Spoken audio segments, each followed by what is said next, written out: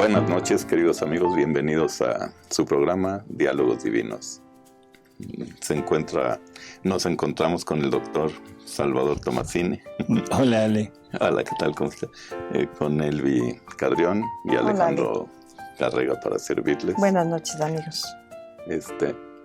Normalmente pensamos que Jesús lo que quiere para nosotros es la paz, el bien y pues todo así muy bonito, pero nos encontramos de repente lecturas como en Mateo 10:34, que Jesús nos dice: no creáis que he venido a traer la paz sobre la tierra, no he venido a traer paz sino espada. Entonces, pues, ¿qué significa eso?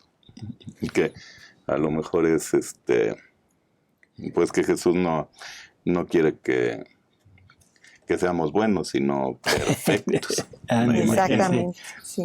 Uh-huh. Sí, o sea, aquí el problema es que las interpretaciones que le damos a las palabras de Jesús, o sea, en muchas ocasiones todo lo acomodamos de acuerdo a nuestro criterio, pero un criterio muy humano y un criterio muy llevado al bien para nosotros, pero el bien aparente, a nuestro modo. Uh-huh. Sí. O sea, el no sufrir, la abundancia, todos los bienes, que es muchas de las, ¿cómo diríamos?, de las tesis o de las doctrinas que hay en otras religiones, en otras, no sé cómo decirlo, sectas, ¿sí? En que todo halagan el criterio del hombre y halagan toda la parte humana, donde habrá abundancia, habrá salud, se dejará de sufrir, en fin. Ese Jesús que hemos idealizado de esa manera, o sea, no es un Jesús real, no es un Jesús verdaderamente auténtico. Y ese es el interés de haber hecho este programa, donde intentamos demostrar que es Jesús que siempre quiere nuestro bien, que siempre va enfocado a atraernos hacia Él y a hacernos felices, pero atraernos hacia Él y hacernos felices en modo divino, no en modo humano. Uh-huh. Y la única forma, la única manera de poder lograr esto siempre será a través de la cruz. Porque la cruz es el puente que Jesús tiende en ese abismo inmenso que había abierto Adán entre la parte divina y la parte humana. Cuando Adán se sale del plan de Dios, entonces se crea ese abismo y no hay forma de que el hombre pueda volver a regresar al punto de origen. Y es hasta que viene Jesús a este mundo y tiende ese puente, pero ese puente es un puente de sufrimiento, un puente de muerte, un puente de cruz. Suena como muy sádico, porque en realidad, o sea, para nuestro modo de ver las cosas, este Jesús como que no es real, porque Jesús, vuelvo a repetir, lo interpretamos como amor, como dulzura, como todo bondad, todo perdón. Misericordia. Y sí lo es, misericordia, y sí lo es. Pero no a nivel humano. Pero no a nivel humano. Y Él lo que quiere es llevarnos hacia la parte divina, y para eso tenemos que pasar por ese puente de la cruz. Esta lectura de la Biblia es, creo que muy así clara, ¿no? Ustedes creen que yo he venido a traer la paz, pero no he venido a eso. He venido a traer la guerra, o la espada, como dice el Evangelio. Y he venido a traer la guerra, una guerra que es tremenda y que se presenta a todos niveles. Dice Jesús que padre contra hijos, hijos contra padre, hermanos contra hermanos, en fin, todo mundo contra todos. Donde haya 5, 2 contra 3, en fin, porque Jesús divide. Cuando que Jesús debería de unir, nuestra iglesia, nuestra doctrina y todo el evangelio y todo es una filosofía de unión, ¿sí? De unión, de estar unido con Jesús y de ser uno entre todos nosotros. Pero los modos humanos, los pensamientos humanos distorsionan todo esto. Entonces, bueno, el interés de este programa es simplemente ir viendo lecturas en Luisa, donde Jesús nos va descubriendo este panorama, este nuevo camino que nos traza. Bueno, y eso de nuevo es un decir, pero es una nueva interpretación y muy clara para no dejarnos libre el pensamiento, sino nos dice por aquí.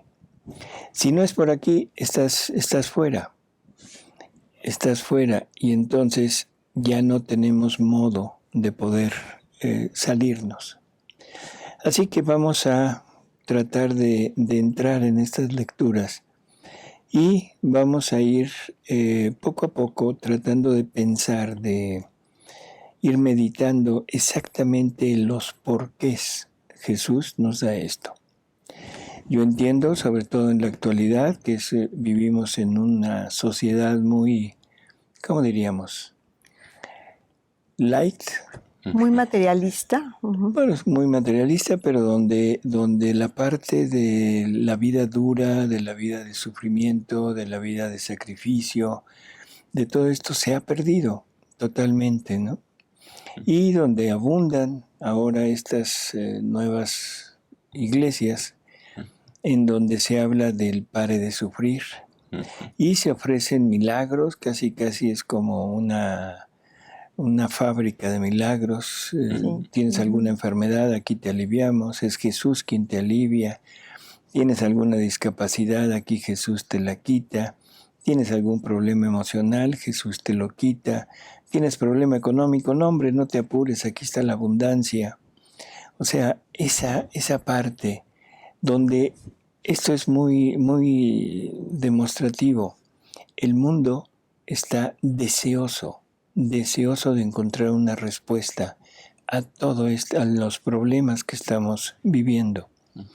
Lógico, cuando alguien aparece y aparece con soluciones falsas como esta, y sobre todo nombrando a Dios de por medio, todo el mundo se adhiere a ellos y se alejan de nuestra iglesia. Lo que están encontrando es una ilusión, una manifestación de histeria colectiva, pero a costa de su propia alma. Sí. A costa de su propia alma. Esto es como el tiempo de la conquista. Llegan los conquistadores, llegan los españoles y se le ofrecen a los indígenas espejitos, cuentas sin valor, a cambio del oro. Y aquí nos están haciendo lo mismo, ¿no? Nos están ofreciendo espejitos, nos están ofreciendo cuentitas, y a cambio del oro de nuestra religión, a cambio del oro de la Eucaristía, dejamos de comer la carne de Cristo, de beber la sangre de Cristo, abandonamos a nuestra madre, todo por seguir un sueño de felicidad humana, un sueño de abundancia de bienes materiales, en fin. Y lo peor es que va de por medio nuestra alma, ¿no? Así es. Nuestra eternidad. Ese es el precio. Ese es el precio. Tú abjura de tus creencias y te vamos a dar todo esto, que es exactamente la parte de Satanás. O sea, ese es Satanás en toda la extensión de la palabra, en donde adórame a mí por un momento, yo te doy todo. En fin, creo que las cosas son muy claras. Las palabras de Jesús son más claras todavía. Entonces, no tenemos que andar buscando interpretaciones, sino vamos a creerle a Jesús en todos sentidos. Así es. Vamos a empezar con algunas lecturas. A ver, Ale, si nos quieres hacer el favor de Y es por muchas veces por la falta de fe y confianza en Dios, ¿no, doctor? Que se da todo esto, ¿no? Ujú. Por eso vivimos en un mundo hedonista, o sea, donde lo único que cuenta es el bienestar, Exacto, la comodidad. la comodidad, el placer, que nadie me moleste, yo vivo mi vida tranquilo, dejo que tú vivas tu vida tranquila, haz lo que quieras, pero no te metas conmigo. Exacto. ¿Sí? Así está ahorita la... Y si tú me sirves, fíjate, porque es otra cosa, si tú me sirves, entonces no te voy a usar, incluso te voy a pisar con tal de sobresalir yo, claro. porque el prójimo ya no importa. Exacto. Ya no hay la idea, la unidad de familia humana. ¿Sí? Desgraciadamente así están las cosas. Así es. A ver, Ale. Bueno, primero leo de la Biblia sobre lo que habló de la división en Lucas 12:51. Dice, ¿pensáis que vine aquí para poner paz en la tierra? No, os digo, sino división, porque desde ahora 5 en una casa estarán divididos, 3 contra 2 y 2 contra 3. Estarán divididos el padre contra el hijo y el hijo contra el padre, la madre contra la hija y la hija contra la madre. Y así todo. Exacto. Es de lo que decía de la división. Y eso es guerra, ¿no? Así es. Luego vamos a leer del 482 de septiembre 2 de 1901. Al final del párrafo 4 dice, solo la cruz hará levantar la frente de mi iglesia, valerosa y resplandeciente, para confundir y poner en fuga a los enemigos. Solo la cruz.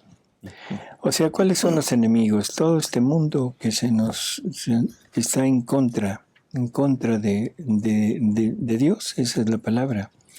Un mundo que se confabula para destruir todo lo creado por Dios.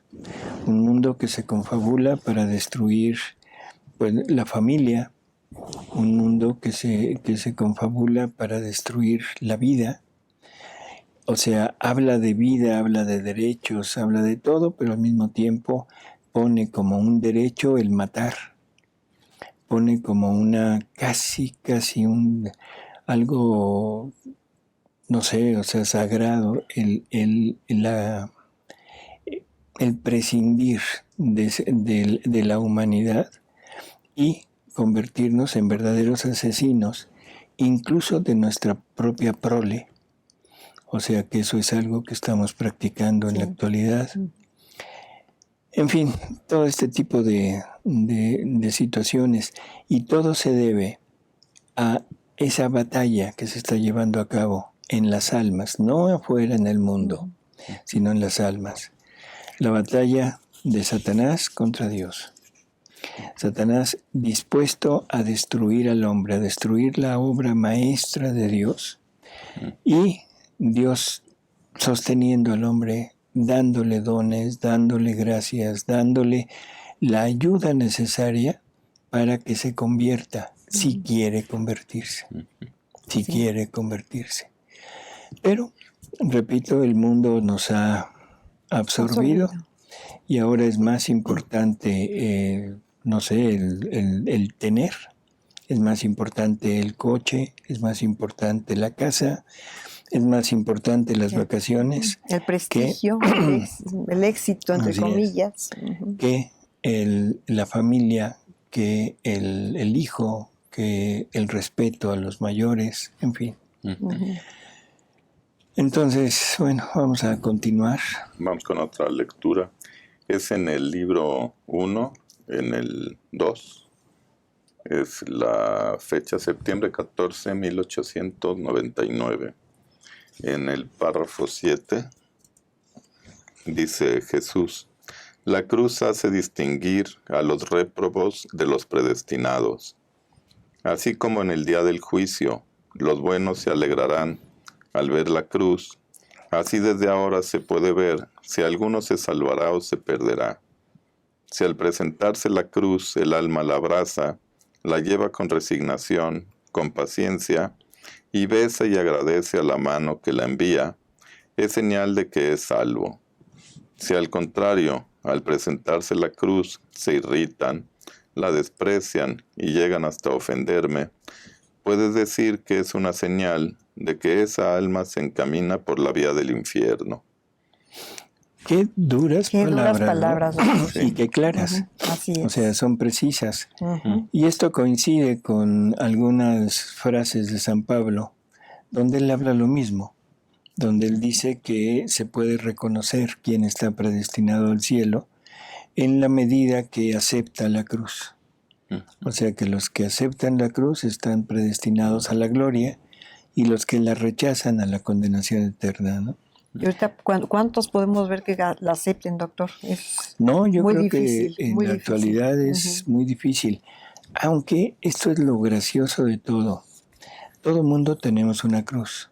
A todo mundo nos llegan cruces De una de otra manera. y abundantes. A veces, y creo que lo vamos a ver en las lecturas, incluso son cruces que son mandadas por Jesús, así directamente, no el toma tu cruz, la que te haya tocado, sino directamente cruces mandadas por Jesús, porque Jesús nos ama.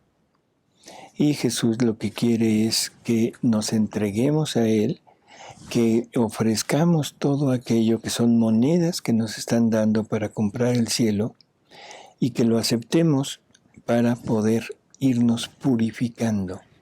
¿Sí? Sería como el padre corrigiendo al hijo, que Así es. para corregirlo le manda un castigo o alguna cosa que el hijo te tenga que reprimir para poder componerse, ¿no? Así es. Seguir por el camino correcto. Ese es un muy buen ejemplo, Elvi, porque en la actualidad vemos cómo el mundo se confabula contra esto.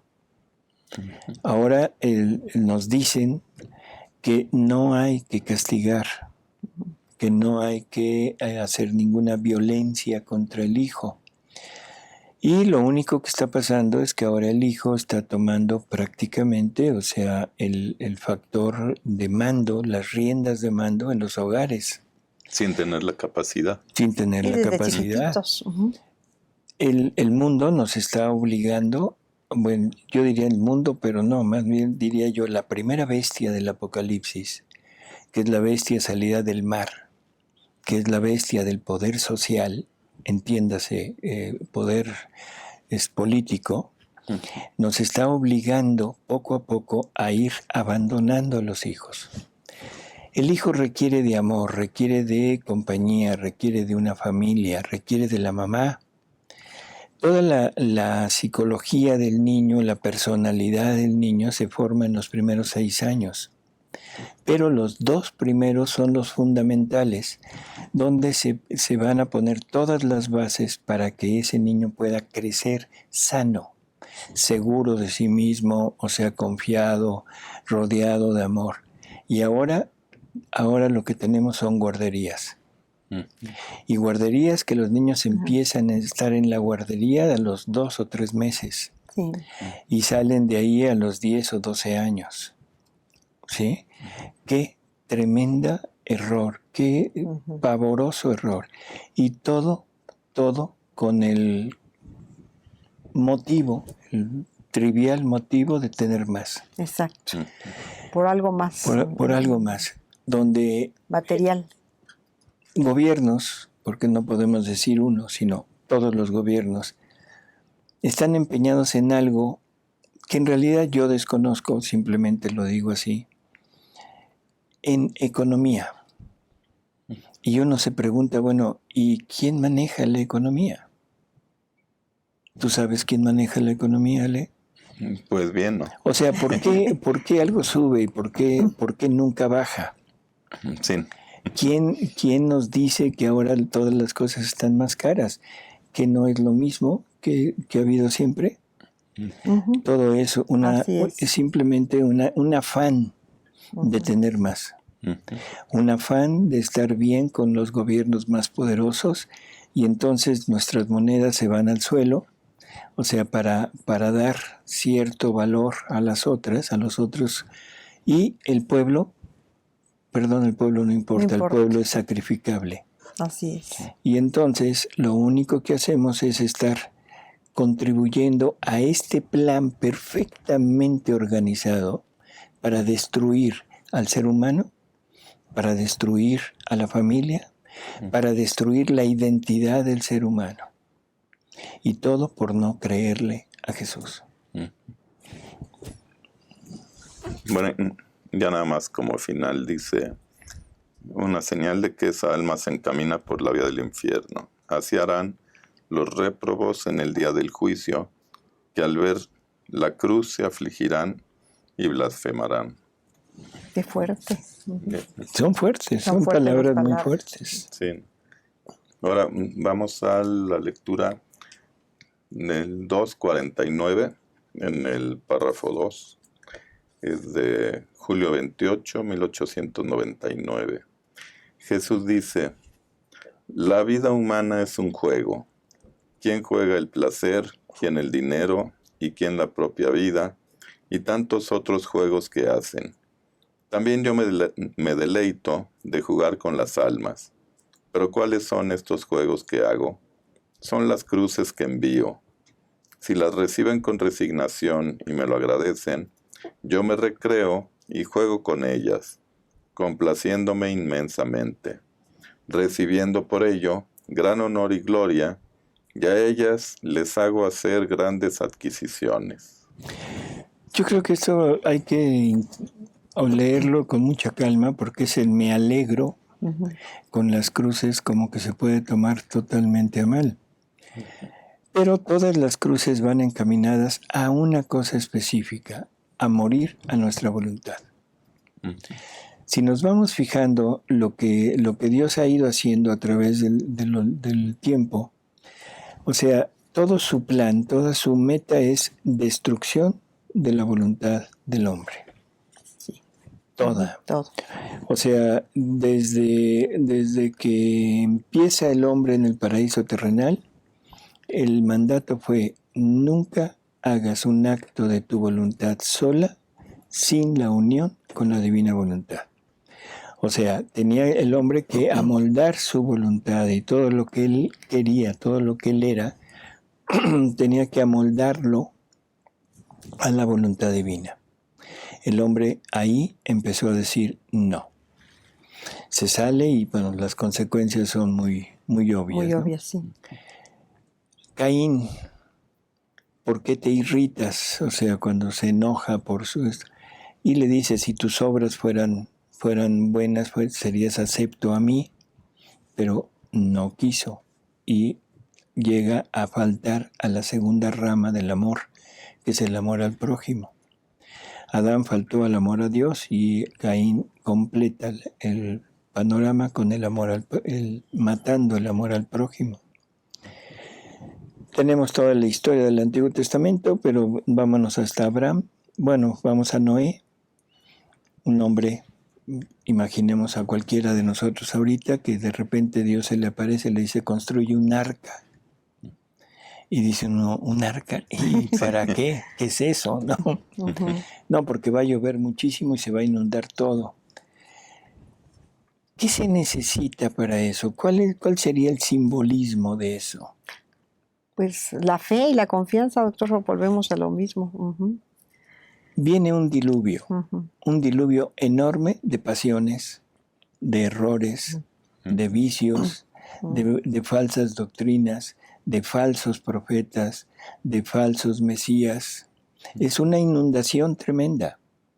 Construye un arca de X medidas y ahí pone a todos una pareja de cada animal que exista en el planeta.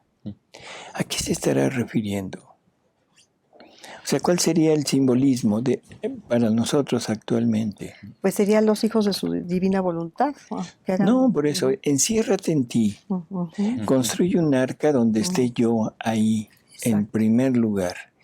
Y luego vamos a meter de lo creado, vamos a meter a todo ser viviente en ti, porque todo me tiene que dar la gloria. debes poseer todas mis obras. Claro. Pues sí va, porque, Exacto. porque uno repara por todos. Así Da es. gracias Agradece por todos. Y entonces Llama es por un todos. introducirnos y hacer un arca a nosotros, pero eso significa muerte. Ujú. Claro. Para Noé, yo creo que las burlas y todo de sus contemporáneos han de haber estado a la orden del día, ¿no? Sí. Diciendo, bueno, ¿y este loco qué está haciendo? ¿no? Claro. En fin, Y sucede simbólicamente lo mismo ahora, ¿no? así es. Ujú. Cuando te quieres encerrar, todo el mundo te llueve encima. Porque ¿no? uno es muy intolerante, Así ¿no? es. Según ellos. Ujú. Luego viene Abraham, y a Abraham simplemente le dicen, salte de aquí y vete a un lugar que te voy a dar. Algún día te diré para dónde vas. Ujú. ¿Qué quiere decir? Renuncia a todo lo que tienes, renuncia a tu estatus, renuncia a tu patria, renuncia a tu tierra, renuncia a tus posesiones y vete. ¿Qué no nos lo está diciendo actualmente a nosotros? Ujú. Cada vez que el hombre se encuentra con Dios, cada vez que el hombre tiene ese movimiento de conversión, no es un decir, sal de tu parentela que no cree, tu parentela que te consideraría como fanático, de tu parentela que lo único que quiere es que progreses, que vayas por el mundo. Mm. Te voy a conducir a una tierra que emana leche y miel. ¿Qué tierra es esa? El paraíso, Claro. el reino, su reino. Y así por el estilo, los mandamientos que son destrucción de nosotros. Siempre es no hagas lo que te gusta hacer y haz lo que no te gusta hacer. Creo que es muy claro. Sí. Sí, rompernos nosotros mismos, porque Así es. no servimos. Porque no servimos. Exacto. Rehacernos. Ujú. En fin, entonces todo un camino de destrucción. Por eso es que cuando Jesús ve que el alma acepta la cruz, en ese momento Jesús se pone feliz, porque está viendo que una persona por fin le está haciendo caso y está logrando atraerla hacia él, donde la va a poder hacer feliz por toda la eternidad, pero con felicidad divina, no humana. Y le va a dar todo lo que él es, incluso se va a dar él para poder tenerlo totalmente, ¿cómo diríamos? Custodiado, protegido, consentido de Dios, ¿no? Sí. Pero no lo hacemos, no lo hacemos. Y lo interpretamos mal. Pensamos que esto es como, esto es como sadismo. Jesús se alegra cuando Luisa sufre. Y en los escritos de Luisa hay muchos pasajes donde la están crucificando y Jesús está feliz de la vida. Y dice uno, caray, espérenme, explíquenme esto, ¿no? Un pasaje donde llega Jesús con una lanza y le dice Luisa, ¿y eso para qué es? Dice, es que con esto te quiero atravesar. Sí, ¿no? Y dice uno, ay, Dios mío, no puede ser. Y entonces Luisa como que se queja y dice, ay, no, pero es que eso va a doler. Y entonces Jesús dice, bueno, si no quieres, pues no. Entonces Luisa, por contentar a Jesús, le dice que sí.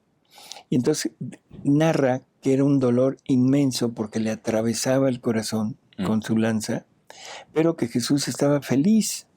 Y esa felicidad de Jesús la hacía feliz a ella también, ¿no? En alguna parte, pero a donde yo lo quiero enfocar es a esa felicidad de un Dios que está recobrando a su criatura. No con el sufrimiento, no se pone feliz por el sufrimiento, se pone feliz por la renuncia al mundo y la aceptación al cielo. Se pone feliz por la renuncia a las criaturas y la aceptación al Dios. Es fantástico, ¿no? Fantástico. Entonces, queda explicado eso para que no se tome como algo sádico, como algo negativo, ¿no? No, y en la Biblia dice que el que dé fruto será podado para que dé más fruto. Claro. O sea que ahí se entiende también eso. Y la poda, pues es Debe ser difícil, ¿no? Sí. Es Habría que doloroso. preguntársela a una planta. Sí.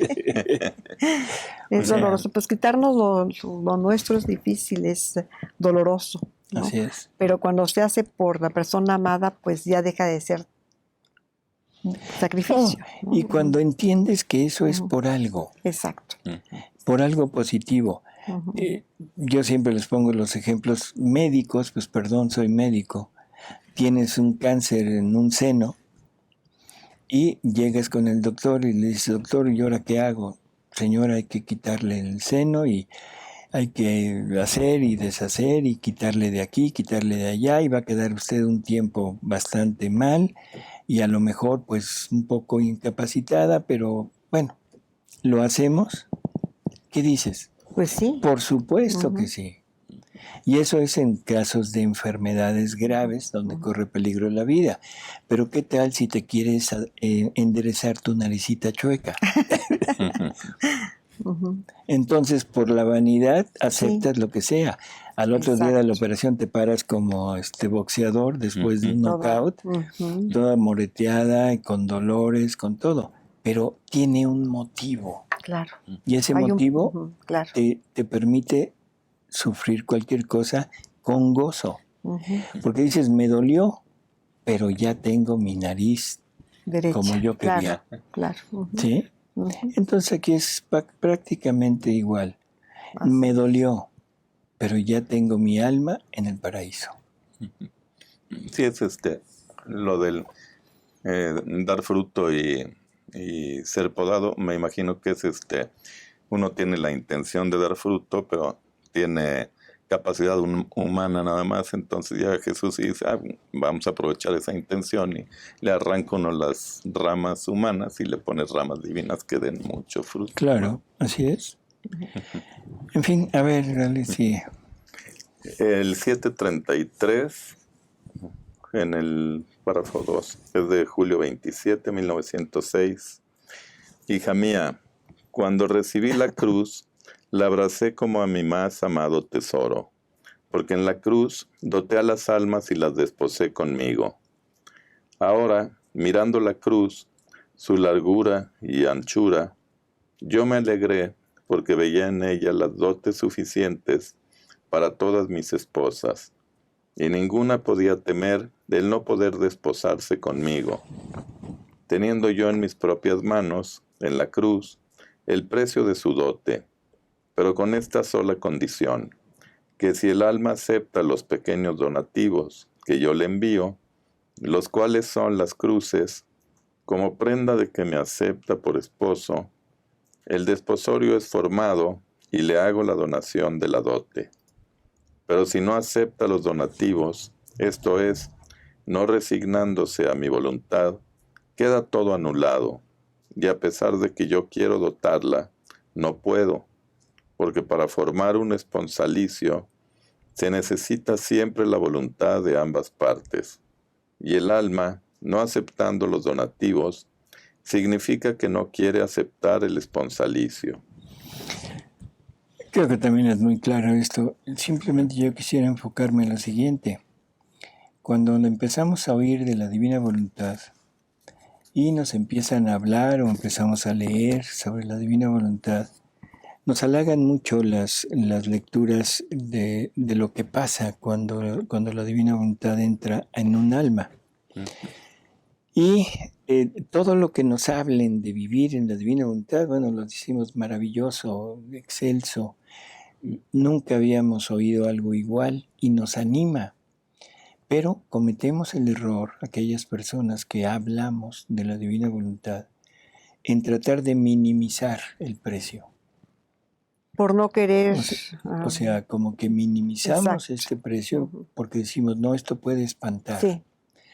Y entonces lo decimos, lo dejamos muy por la superficie. ¿Sabes qué, Alejandro? Tienes que renunciar a tu voluntad. Y tú dices, sí, yo renuncio. Ay, qué bueno, ya vives en la divina voluntad. ¿Sabes qué, Elvi? No, es que tu yo, tienes que dejar tu yo a un lado. Y tú dices, sí, yo lo dejo a un lado. Ay, Elvi, qué bueno, ya vives en la divina voluntad. Perdón. No es tan sencillo. Pero eso es una falacia y eso es un tremendo error. Y un tremendo error que se le achaca a la persona que lo estaba proponiendo. Sí.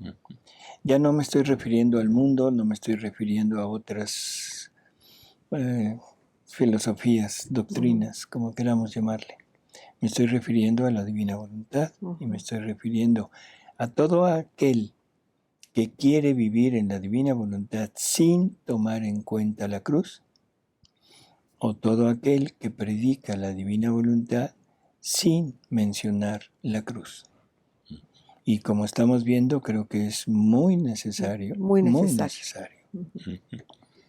En la lectura 1637, párrafo 6, de fecha diciembre 26, 1923, Jesús dice: Hija mía, las cruces, los dolores, las penas, son como la prensa para el alma, y así como la prensa sirve a la uva para romper y descascarar la uva, de manera que el vino queda por una parte y el bagazo por la otra, así las cruces, las penas, como prensa, quitan al alma el bagazo de la soberbia, del amor propio, de las pasiones y de todo lo que es humano, y dejan el vino puro de las virtudes. Y mis verdades encuentran el camino para comunicarse y extenderse en el alma como sobre una tela blanquísima, con caracteres imborrables. ¿Cómo puedes tú entonces temer si cada vez que te he manifestado mis verdades sobre mi voluntad, estas verdades han sido precedidas siempre por cruces, dolores y penas? Y por cuanto más sublimes estas verdades, tanto más intensas y fuertes las penas.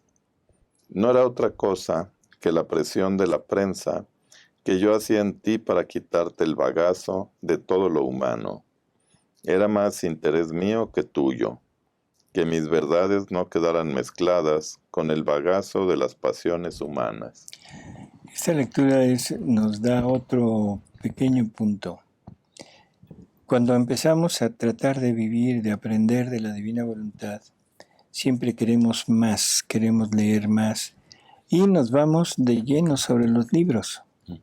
Y pensamos que leyendo vamos a tener mayor capacidad de vida, pensamos que leyendo vamos a tener mayor crecimiento. Tremendo error. Si se fijan, lo que dijo es, cada vez que te digo una verdad, nada más que para Luisa, cuando Jesús le decía una verdad, imprimía en ella todo el bien que esa verdad contiene, y Luisa echaba fuera todo lo que ella tenía de sí. Entonces, cada vez que tú logras captar una verdad y logras ponerla como vida tuya, es una cruz que te doy. Y entre más grande o más sublime, como dice Jesús, es la verdad, más sufrimiento te doy para encontrar este plano. Este plano donde sembrar, donde poner mis verdades para que las hagas vida, que se vuelvan vida en ti. Entonces, muchos de nosotros quizá no rechazamos la cruz, pero no la podemos vivir como tal y empezamos a pensar en resignación. Empezamos a pensar en que el tiempo curará estas heridas. Empezamos a pedirle a Dios, a Jesús, que nos quite esas penas. Cuando que Jesús nos va a decir, pero hijo, si te estoy dando lo que me estás pidiendo, me estás pidiendo vivir en mi voluntad, te estoy dando los medios para que vivas, te estoy dando el dinero para que compres. Y no entendemos y siempre estamos de alguna manera rechazando ese dolor, esa cruz. ¿Qué cruz? La que sea, no importa cuál, moral, espiritual o material, la que sea. Y con esa cruz nos está enriqueciendo y no lo entendemos así. Así es, así es. Esto hasta ahorita hemos ido leyendo algunas lecturas en donde Jesús manda la cruz.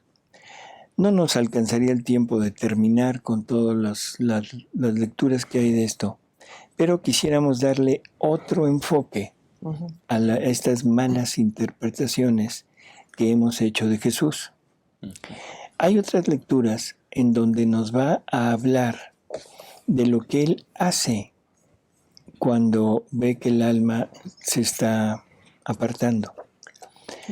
Y vamos a ver qué nos dice, ¿no? Muy bien.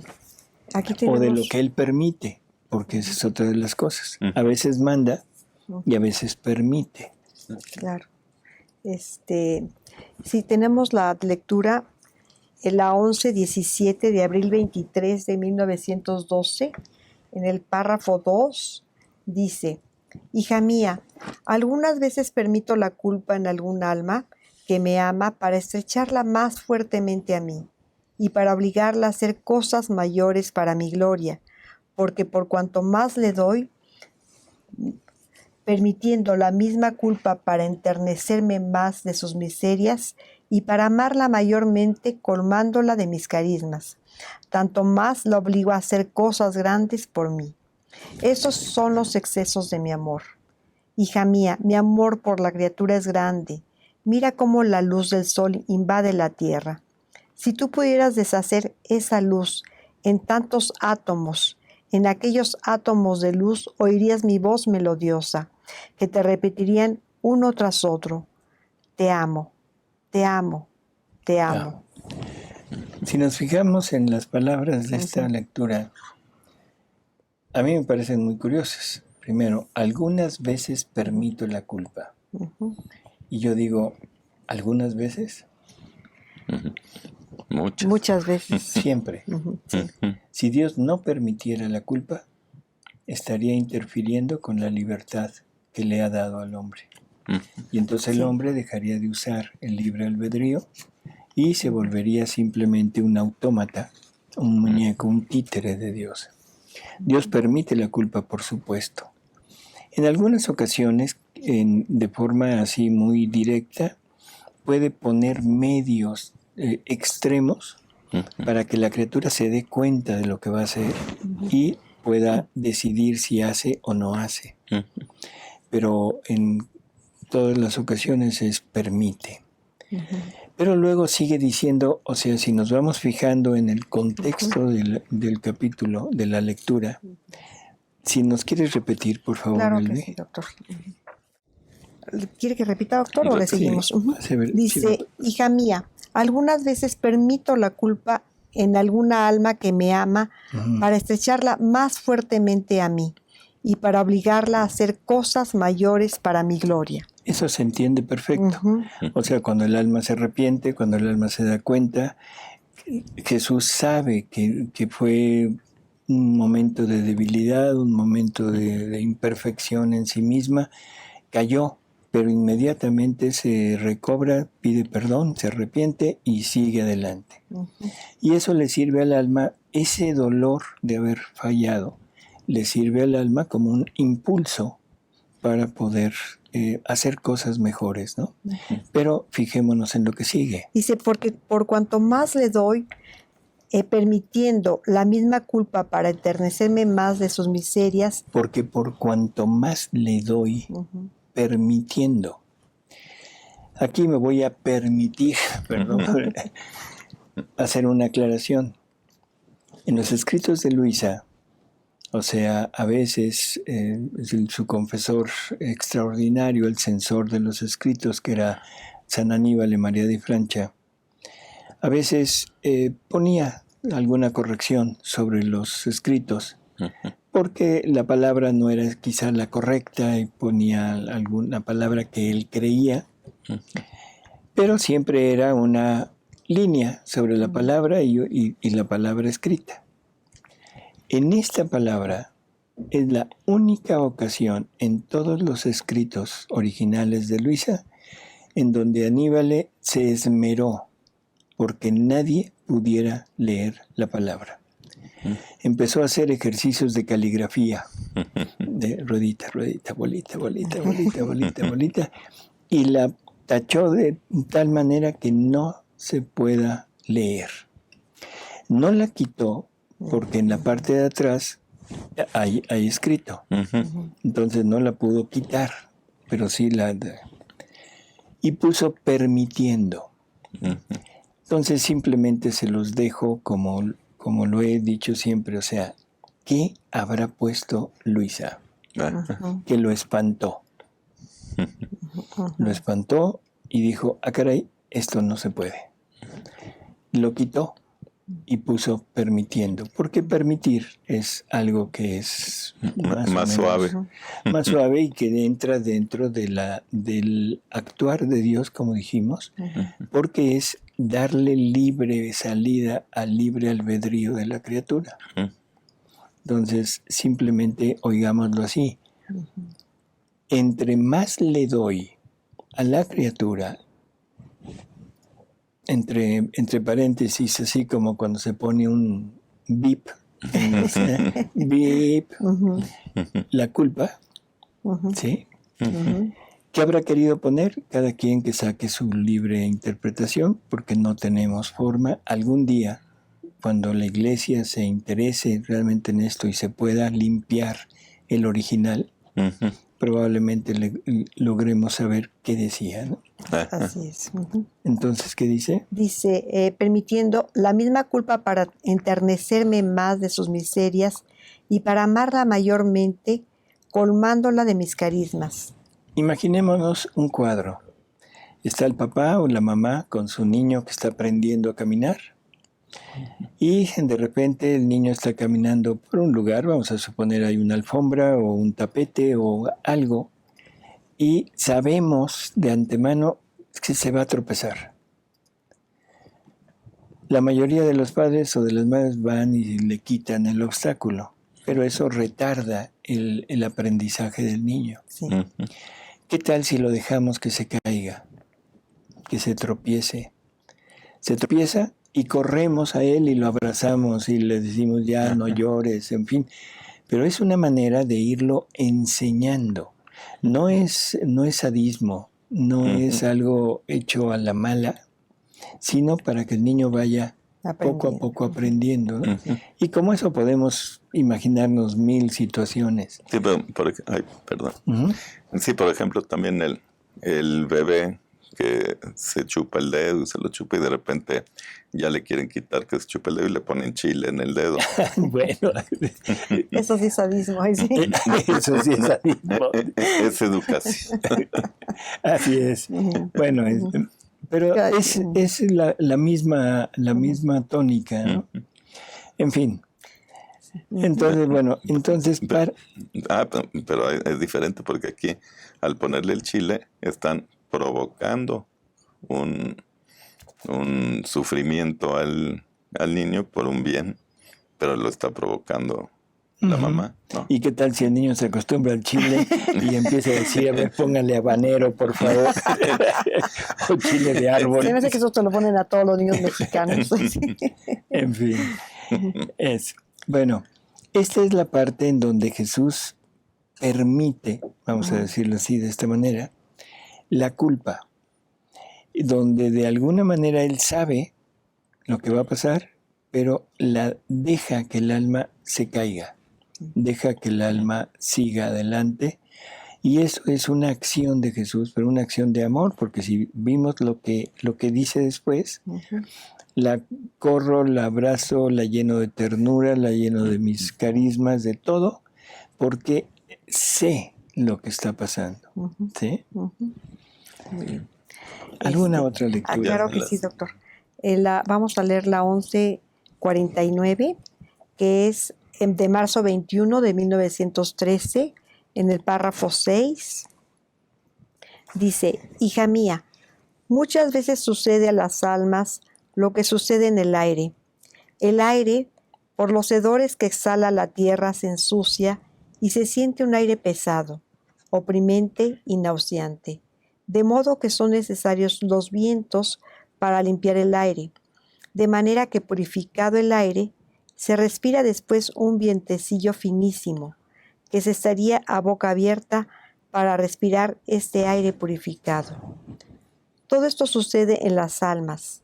Muchas veces la complacencia, la estima propia, el yo y todo lo que es humano ensucian el aire del alma, y yo me veo obligado a mandarles el viento de la frialdad, el viento de la tentación, de la aridez, de la calumnia, de modo que estos vientos limpian el aire del alma y la purifican, la reducen a la nada, y la nada abre la puerta al todo, a Dios, y el todo hace soplar tantos vientecillos perfumados, de modo que a boca abierta toma este aire y la deja toda santificada. Aquí entramos en un terreno que yo sé que muchos van a decir que no es real, porque aquí ya es Jesús directamente mandando cosas contrarias a Él. La frialdad. Ahí dice uno, bueno, más o menos. La aridez, más o menos. La tentación. Nos dicen que es imposible que Dios mande la tentación. Y estamos de acuerdo. O sea, de alguna manera, no es la tentación como la hemos entendido que viene del mundo, que viene de la carne o que viene del enemigo, que es de acometer alguna acción directamente contraria a Dios. Entonces, ¿a qué se estará refiriendo? Vamos a irnos al Padre Nuestro. Vamos a tratar de recordar el Padre Nuestro, pero el Padre Nuestro antes de ser modificado. Jesús va rezando, va diciendo el Padre Nuestro y de repente dice, danos hoy nuestro pan de cada día. ¿Y a qué pan se estará refiriendo? O sea, al pan blanco, al bolillo, a un pan dulce. No, es al pan de la palabra. Al pan de la palabra. Al pan de la Eucaristía. Al pan de la Eucaristía. Y al pan de su voluntad. Y al pan de su voluntad y al pan material también. O sea, ahí va junto con esto. Si estamos pidiéndole que nunca nos deje sin estos panes, sobre todo la Eucaristía, la palabra y su voluntad. El pan material, bueno, ese podemos ayunar de vez en cuando. Podemos ayunar de vez en cuando. Pero si no me da esto, entonces se explica lo que sigue. No nos induzcas a la tentación. Porque si no me lo das, me quedo débil. Si no me lo das, estoy desarmado. Y es muy fácil que pueda caer. No es que directamente Dios me mande la tentación, pero si no me da lo que yo necesito, en ese momento me está empujando a aceptar la tentación. Por eso el Padre Nuestro, el original, dice, no nos induzcas a la tentación. Y luego ya dice nada más, líbranos del maligno, no del mal, del maligno. Listo. Entonces, esta tentación que Jesús manda es cuando Jesús se separa del hombre. Cuando Jesús deja al hombre a sus propias fuerzas y en ese momento entra la frialdad, la aridez, porque donde está Dios no hay frialdad. Donde está Dios no hay aridez. ¿Sí? Y donde está Dios no hay tentación. Pero ¿qué tal si Él se retira tantito? En ese momento, todo esto, que parece que como que por la lectura, como que lo manda a propósito, no, es la consecuencia. La consecuencia. Y eso es por mi conducta. Claro. La conducta de soberbia, sobre todo soberbia. Esa soberbia que me lleva a pensar que soy algo y donde empiezo a ensuciar mi alma con todos esos pensamientos. Y entonces Jesús me tiene que mandar esto y ahí me voy a dar cuenta de quién soy en realidad. Por eso dice después que me purifican. ¿Y qué más? Dice, de modo que estos vientos limpian el aire del alma y la purifican, la reducen a la nada. A la nada, que eso es lo contrario del todo de la soberbia y del todo ficticio, ¿no? Sí.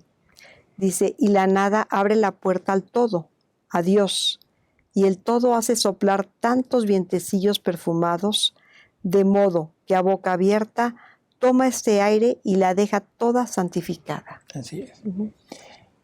Creo que estamos entrando en el terreno del programa, el título que se le puso, malas interpretaciones. Porque hemos entendido mal a Jesús. Y yo creo que aquí sí Jesús o Dios mismo nos podrían decir, hijo, me has entendido mal. Me has interpretado mal. No soy lo que tú crees. No soy lo que tú crees. Te quiero dar más de lo que tú crees que te puedo dar. Así es. Pues Él nos quiere dar todo. Vamos a abreviar un poco, vuelvo a repetir, vamos a hacer otra lectura. ¿Cuál es? El 10-20. La 10-20. La 10-20. Que es de mayo 16 de 1911.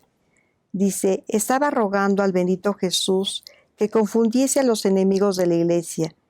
Y mi siempre amable Jesús, al venir, me ha dicho. Confundiese a los enemigos de la iglesia, o sea que los deje sin su finalidad, su meta, que es destruir a la iglesia, ¿no? Entonces confúndelos, que no sepan lo que están haciendo. Dice, hija mía, podría confundir a los enemigos de la Santa Iglesia, pero no quiero. Si esto hiciera, ¿quién purgaría mi iglesia? Los miembros de la iglesia y especialmente quienes están en puestos y en altura de dignidades, tienen los ojos cegados y se equivocan grandemente, tanto que llegan a proteger a los fingidos virtuosos y a oprimir y condenar a los verdaderos buenos. Creo que esto ya no se necesita explicar, sobre todo en los tiempos actuales, ¿no? O sea, es perfectamente claro lo que está diciendo. Y es tremendo. No lo quiero hacer. No lo quiero. No lo quiero. ¿Sí? Porque si los confundo, ¿quién va a purificar a mi iglesia? Sí. Y este es otro punto que lo conecto con algo que hemos hablado antes. La necesidad del castigo. La necesidad de la corrección. Igual que al pueblo judío en el Antiguo Testamento. Se portaban mal, Dios les mandaba a un pueblo que los conquistara, los dominara y se los llevara de esclavos. Y después de un tiempo los sacaba. Todos muy dóciles, muy bien, pero al poco tiempo volvían otra vez a hacer lo mismo y Jesús Dios les mandaba otra vez a un enemigo y los hacían trizas, ¿no? Y así. Y eso es lo que nos están haciendo a nosotros. ¿Cuántas veces una pérdida de un ser querido? ¿Cuántas veces un descalabro de tipo económico? Un descalabro de tipo familiar, una traición, un abandono, en fin. Todo esto lo tomamos y nos recrudece nuestra soberbia, nos recrudece nuestros vicios, cuando que Dios de alguna manera lo está permitiendo o lo está mandando para bien nuestro y que recapacitemos. Es la pedagogía divina. Exacto, así es, pero no le entendemos la pedagogía divina. ¿No? Por eso es que son malas interpretaciones. Sí. Dice, esto me disgusta sobremanera, ver a aquellos pocos verdaderos hijos míos bajo el peso de la injusticia, aquellos hijos de los cuales debe resurgir la iglesia y a los que yo estoy dando mucha gracia para disponerlos a esto. Yo los veo puestos de espaldas al muro y atados para impedirle los pasos. Esto me duele tanto que me siento todo furor por ellos. Escucha, hija mía, yo soy todo dulzura, benigno, clemente y misericordioso, tanto que por mi dulzura rapto los corazones, pero también soy fuerte, de desgarrar e incinerar a aquellos que no solo oprimen a los buenos, sino que llegan a impedir el bien que quieren hacer. Ah, tú lloras por los seglares, y yo lloro las llagas dolorosas que hay en el cuerpo de la iglesia, las que me adoloran tanto de sobrepasar las llagas de los seglares, porque son por la parte que no me esperaba y que me hacen disponer a los seglares a clamar en contra de ellos. Pues muy claro ahí, ¿no? Pues bueno, amigos, ojalá que esto haya quedado más o menos esbozado y para que nos anime a seguir pensando, a seguir meditando sobre todo lo que son los aparentes, entre comillas, males y sufrimientos, y que logremos interpretar perfectamente, no interpretar, porque a Jesús no se le interpreta, a Jesús se le cree, a Jesús se le cree, punto. Exacto. Interpretaciones en estas, no sé, dictados tan claros, pues no hay, ¿no? Sí, pues no. Así que lo dejamos a su consideración. Ojalá y que les haya gustado, les haya servido de algo esto. Que nos haya movido algo, ¿no? Que nos haya movido algo. Y nos despedimos de ustedes. Alejandro, hasta luego. Gracias por estar con nosotros. Elmi, buenas noches, doctor. Gracias. Y nos vemos en el próximo programa. Gracias a ustedes, a seguir leyendo Libro del Cielo. Aquí nos vemos.